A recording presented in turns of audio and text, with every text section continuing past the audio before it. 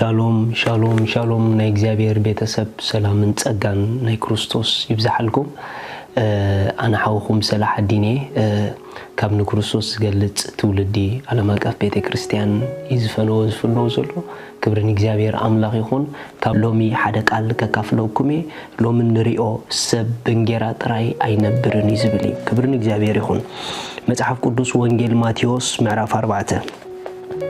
شعو منفس نيسوس بديابلوس كفتنا برخاوتو 4 معالتن 4 ليتن مسصومه دحر زطمه اتفتان دما مصيو ود املاح انتقونكا زماي نزمان انجيرا كخون بلبلو يسوس غنا سبكاب اف املاح بزوت كله قال امبر بنجيرا طراي اينبرن صحفيلو ملسولو كبرن እግዚአብሔር አምላክ ይሁን ጎይታና ኢየሱስ ክርስቶስ ሰብ ከመይ ከም ዝነብር በትክክል አብዝ ጽሑፍ አውሚጥልናሎ ሰብ እንጌራ ጥራይ አይነብርን ሰብ ካብ አፍ እግዚአብሔር ብዙወጽ ቃል ካብ አፍ እግዚአብሔር ብዙወጽ ሬማ ጥራይ እምበር በእንጀራ ጥራይ ሲ አይነብርን ይሉ ሓደ ነገር ክነግረኩም አሕዋት ዝኾነ ንብረት ተዳገዚና እቲ ንብረት በትክክል ከመይ ገይሩ ከም ዝሰርሕ ንኽን ፈልጦ ካብ ሰራሕና እቲ ንብረት ኣብቲ ንብረት ወረቀት ላአኸልናዩ ኢንስትራክሽን ዝሕብር ማለት እዩ አጋጣጥሙኡ በከመይ መንገድ ንጥቀመሉ ካብ ማይ ክርሕቕ ተዳአሎ ካብ ማይ ክርሕቕ ኣለዎ ካብ ሓው ክርሕቕ ተለዎ ካብ ሓው ክርሕቕ ኣለዎ ዝብል ኩሉ ጽሑፍ ኣለዎ ንምንታይ ተዳይልኩምኒ ንንብረት በትክክል ከመይ ከም ዝሰርሕ ዝፈልጥ ሰራሒው ስለዝኾነ ንህይወትና ድማ በትክክል ከመይ ክትነብር ከም ዝግባአ ነትስተፈጠረትሉ ዕላማ ነትስተመደበትሉ ዕላማ በትክክል ከመይ ጌራ ክትበጽሖን ክትውልዶን ከም ትኽእል ዝፈልጥ ፈጣሪያ እዩ ፈጣሪያ ድማ ስለ ህይወትና ክዛረብ ከሎ ሰብ እንጌራ ጥራይ አይነብርን ይሉ ክብርን እግዚአብሔር አምላክ ይሁን በኻላ አዛራርባ ካብ እንጌራ ሕልፍ ዝበለ ናይ ዕላማ ህይወት ዘምብረና ና ውሽጥና ዘአቱ ናይ ልዑል ቃል እዩ እንጌራ ንደገ ንስጋና የህጥሮ የበርትዖ ኃይል ይኾነዩ ትክክል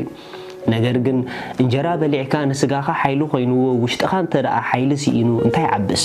ምኽንያቱ ኣብ ህይወት ክትነብሮ ዘለካ በትክክል ንዕኡ ዘድሊ ውሽጣዊ ኃይሊ ጥበብ ምስተውዓል እዞም ነገራት እዚኦም የድሊና ምኽንያቱ ቤት በጥበብ ያተህነጽ ኢሊ መጽሐፍ ቅዱስ ጥበብ ምስተውዓል ድማ ካብ ውሽጢኦም ዝወጹ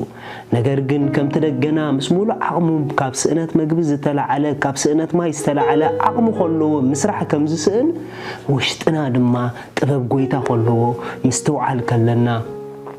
እግዚአብሔር استخافلنا ነገር ከለና ሰአን ነእትዎ መግቢ ሰአን እንበልዖ መግቢ ሰአን ካብ አፍ እግዚአብሔር ዝወጽእ ቃል እንምገብ እቲ ውሽጥና ዘሎ ዓቕሚ ንደገ መግላጽ ይስእን ሎማ ሓደ ነገር ክነግረኩም ኣብ ውሽጥኩም ዝተቀመጠ ኣብ ህይወት ከግዘአኩም ዝኽእል ናይ እግዚአብሔር ውህበት ኣለኩም ፖቴንሻል ኣለኩም ዓቕሚ ኣለኩም ጸጋ ኣለኩም ኃይል ኣለኩም ነገር ግን ንኃይልኩም ዘውጽእ መግቢ ምምጋብ አይተሕመቁ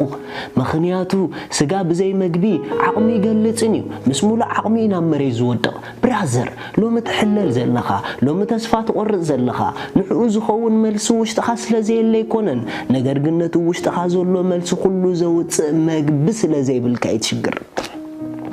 ክብርን እግዚአብሔር አምላክ ይኹን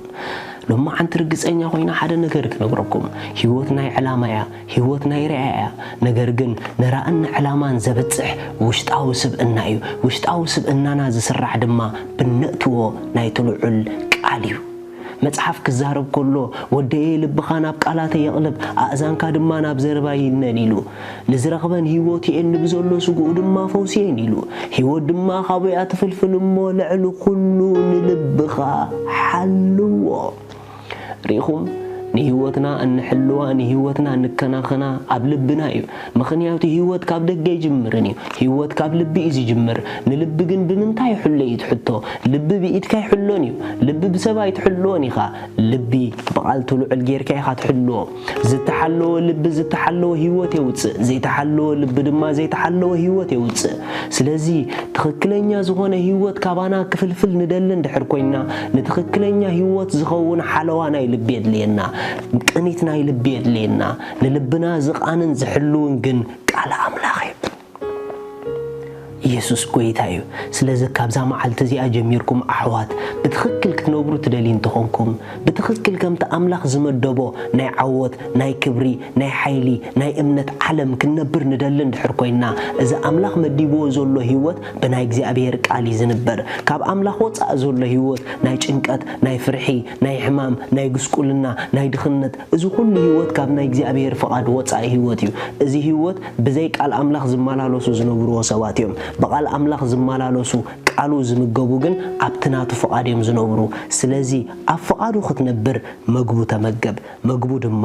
ቃሉ እዩ ኣምላኽ ሰማይ ምስ ኩልኩም ብጎይታ ደስ ይበልኩም